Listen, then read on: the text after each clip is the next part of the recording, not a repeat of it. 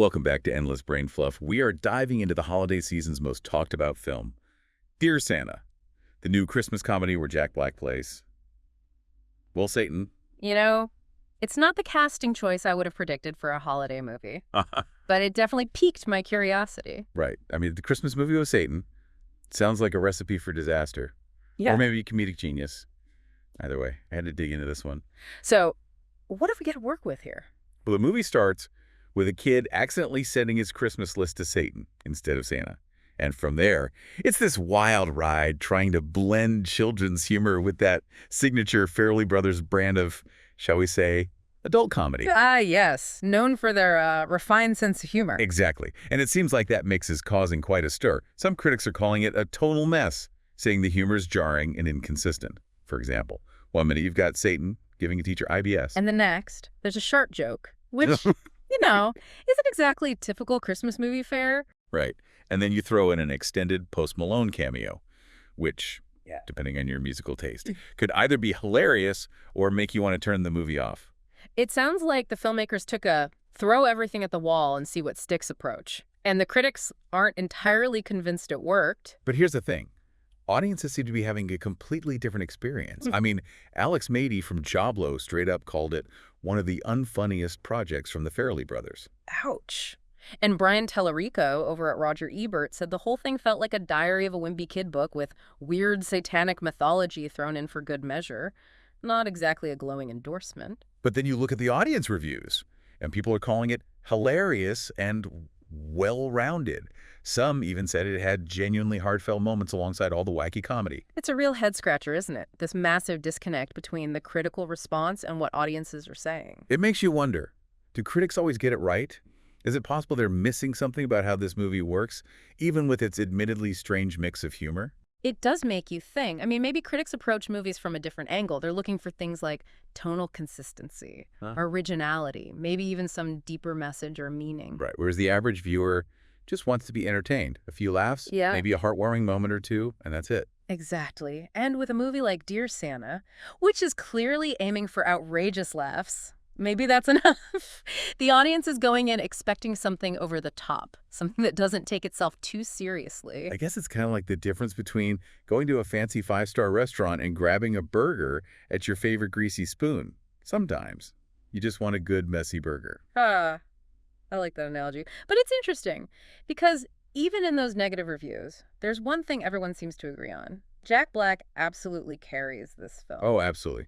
Even Joblo, who was pretty brutal in their overall assessment, admitted that every scene that Jack Black is in eclipses every sequence without him. That's a testament to his comedic talent. He's got that unique ability to be both hilarious and strangely endearing, even when he's playing a character like Satan. It makes you wonder if even a mediocre script can be elevated by the right performer. Maybe Jack Black's sheer charisma is enough to make people overlook some of the film's flaws. It's entirely possible. But let's not forget about the rest of the cast. I mean, they've got some heavy hitters in there. Oh, right. Joblo mentioned Keegan-Michael Key, who plays a child psychologist. Unfortunately, they said he was depressingly wasted in the role. Which, given Key's comedic chops, is a real shame. It does sound like a missed opportunity, especially since they also have Ben Stiller making a great appearance, according to the same review. Now, that's a duo I'd love to see more of. They've got such fantastic comedic chemistry. It almost makes you wonder if the filmmakers were so focused on giving Jack Black free rein that they neglected to fully utilize the rest of the talent they had on hand. Yeah, there's a good point. It's like they put all their eggs in the Jack Black basket.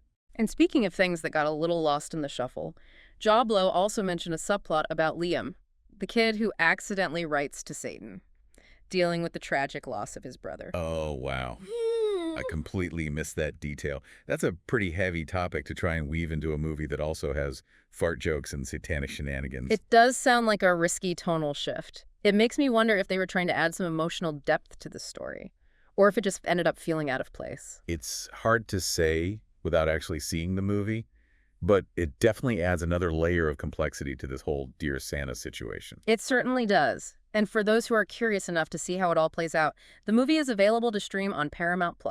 So there you have it.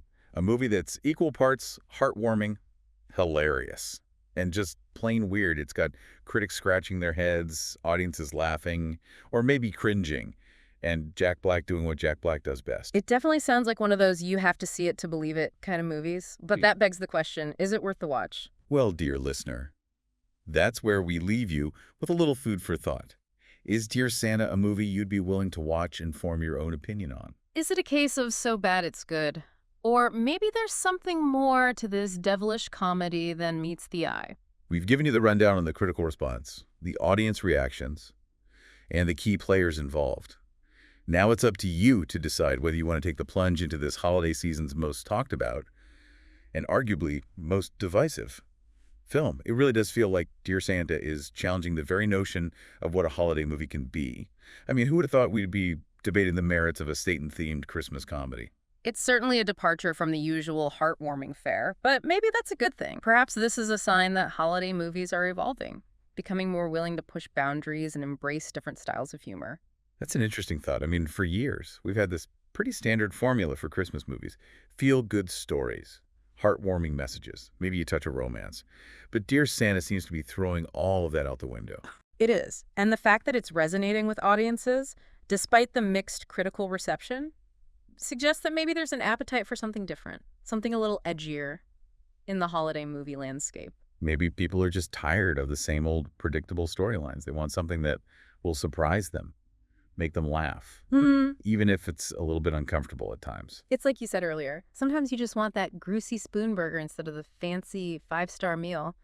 Dear Santa might be the cinematic equivalent of that burger. Well, on that note, we've reached the end of our deep dive into Dear Santa. We've explored the critical response, the audience reactions, and the unique blend of humor that has everyone talking. We've also raised some interesting questions about the evolution of holiday movies and whether there's room for more unconventional storytelling within that genre. So, dear listener, we leave you with this final thought. What do you think a successful holiday movie should look like? Does it have to adhere to the traditional heartwarming tropes? Or is there room for something a little more subversive? A little more Dear Santa? We encourage you to ponder that question as you navigate the abundance of holiday films this season. And who knows, maybe you'll even be inspired to create your own unconventional holiday masterpiece. Thanks for joining us on this deep dive into the wild world of Dear Santa. We hope you enjoyed the ride. And we'll see you back here soon for another endless brain fluff adventure.